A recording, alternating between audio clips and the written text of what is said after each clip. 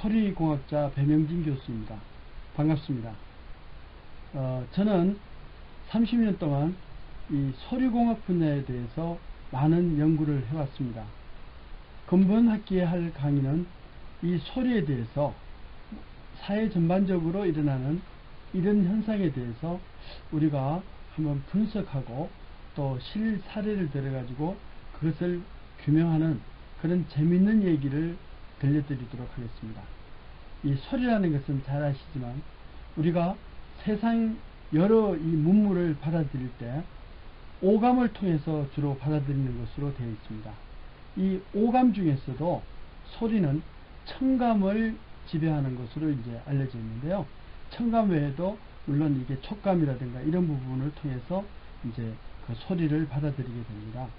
그래서 이런 소리는 우리가 태어날 때부터 처음으로 부모와 교환, 즉 통신을 하는, 서로 이렇게 통신을 하는 그런 하나의 수단으로 이야기를 할 수가 있는 겁니다. 그러면 소리라는 것은, 특히 목소리라는 것은 사람의 머릿속에 있는 내용을 이 소리라는 하나의 매체를 통해 가지고 상대방이라든가 아니면 다른 어떤 오디오 장치에 이 저장을 하게 되는 것이겠죠. 그래서 이 소리가 즉 음양파라는 그 하나의 의미를 가지고 어떻게 그 의미를 부여하고 있는지, 어떤 원리로 생성이 되는지, 또 어떻게 활용이 되고 있는지, 그것을 근본학기에 자세하게 한번 예를 들어서 설명을 해 드리도록 하겠습니다. 먼저 금주에 이야기할 것은 1주차에서 이제 소리에 대한 기본 개념에 대한 얘기를 말씀을 드리겠습니다. 일반적으로 이 소리라는 것은 예를 들어서 앞에서도 이야기했듯이 우리가 생각하는 아니면 의미를 갖고 있는 것이 소리라는 매개체를 통해 가지고 이 상대방한테 전달을 하는 거죠.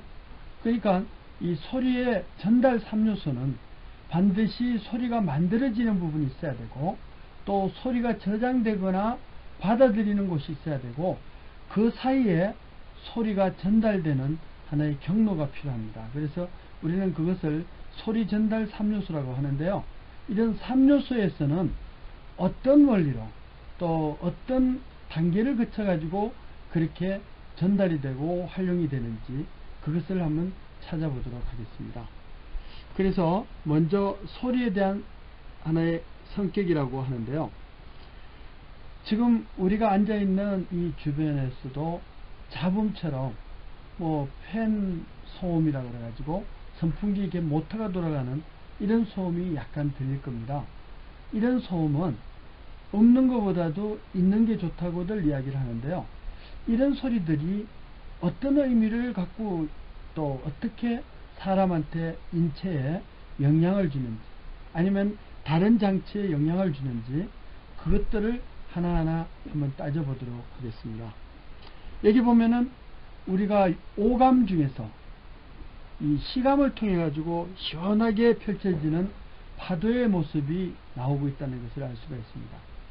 이 파도를 우리가 소리로 듣게 되면은, 그렇게 되면은 한번 경험해 본 사람들은 그 시원함을 머릿속에서 연상을 하게 된다는 거죠.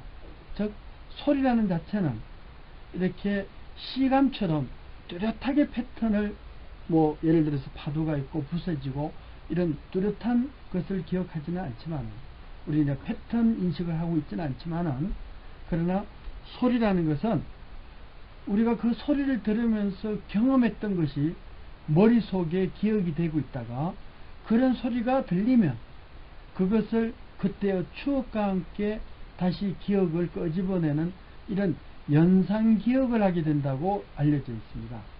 그러니까 소리는 정확한 패턴에 의해서 읽혀지는 것이 아니고 소리는 항상 그 연상을 통해서 기억을 해낸다, 이렇게 볼 수가 있는 거죠. 근데 우리가 이제 그 구전에 들어오기를 이런 말을 하잖아요.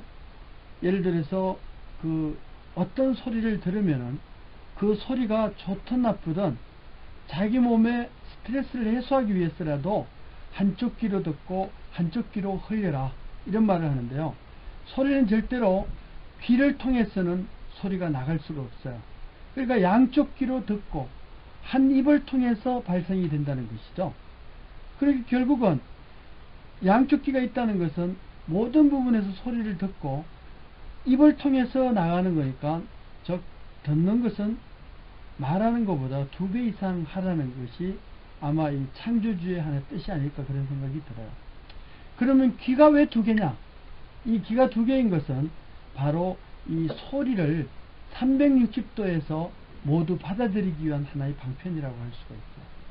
그러면 양쪽 귀만 있는데 어떻게 360도를 파악을 할 수가 있느냐? 그 양쪽 귀는 결국은 180도를 받아들일 수 있죠. 좌측, 우측이냐 좌측이냐 이렇게 파악을 할 수가 있으니까요. 근데 위아래는 바로 귀 바퀴에 의해서 부딪히는 이런 시차를 이용해 가지고, 그래서 360도 방향의 소리를 듣고 있죠. 우리가 눈을 감고 이렇게 위에서 아래에서 소리를 내면 눈을 감은 위치에서도 소리가 위에서 들리는구나, 아니면 90도 방향이나 30도 방향이나 60도 방향이다, 뭐 이런 것들을 금방 파악할 수 있는 것도 바로 이 귀 바퀴 때문에 그렇다고 할 수가 있어요. 자, 이런 소리를 가지고 우리가 머릿속에서는 그 연상 기억을 해낸다, 이런 것이 이제 중요하다는 거죠.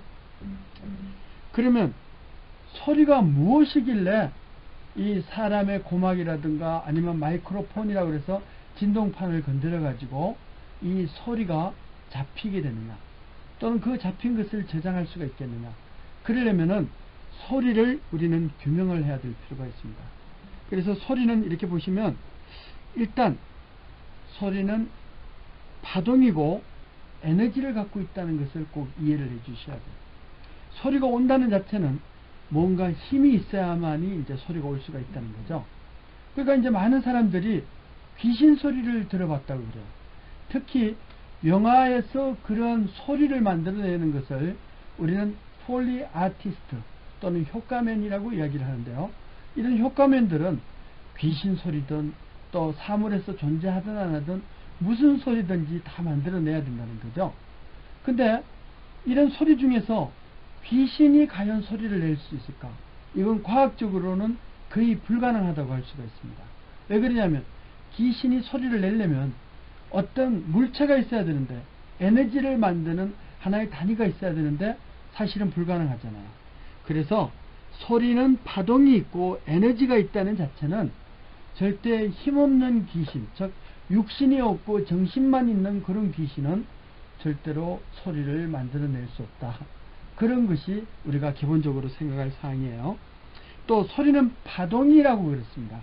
파동이라는 것은 소리가 전달돼서 가면 모든 부분에 균일하게 에너지가 전달되는 것이 아니고, 그 파동이 맞는, 이 파동 속에는 3가지 요소가 있는데요.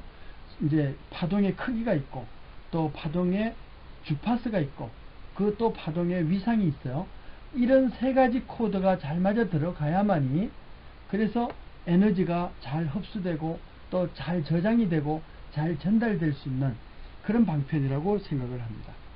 그래서 여기서 파동이라는 자체, 이 파동이라는 자체는 바로 즉 가만히 있는 것이 아니고 계속 시간에 따라서 이렇게 물결을 이루면서, 즉 움직임이 있으면서 계속 진행하는 이런 모형을 우리는 파동이라고 해요. 즉 파형이 계속 생성되면서 진행되어 나갈 때 그것을 파동이라고 이야기를 한다는 거죠. 이런 파동은 진동이라고도 이야기를 하는데, 진동은 즉 파동이 진행하면서 또 파동이 에너지를 갖고 있으니까 뭔가 흡수되면서 물리적인 변형을 유발을 할 때, 파동이 진행하거나 저장하면서 물리적인 변형을 유발할 때, 그것을 우리는 이것을 진동이라고 이야기를 하고, 그때 나오는 힘을 진동 에너지라고 이야기할 수가 있습니다. 그러니까 소리는 그냥 단순하게 모든 부분한테다가 전달해주는 매체가 아니고, 반드시 파동이라는 것이 일치가 돼야 되고, 그때 큰 에너지를 전달시켜 줄 수가 있다. 그러니까 여러 개의 어떤 파동이 있다 그러면 서로 다른 물체에 다 영향을 주게 된다. 우리가 그런 것을 이해할 수가 있겠습니다.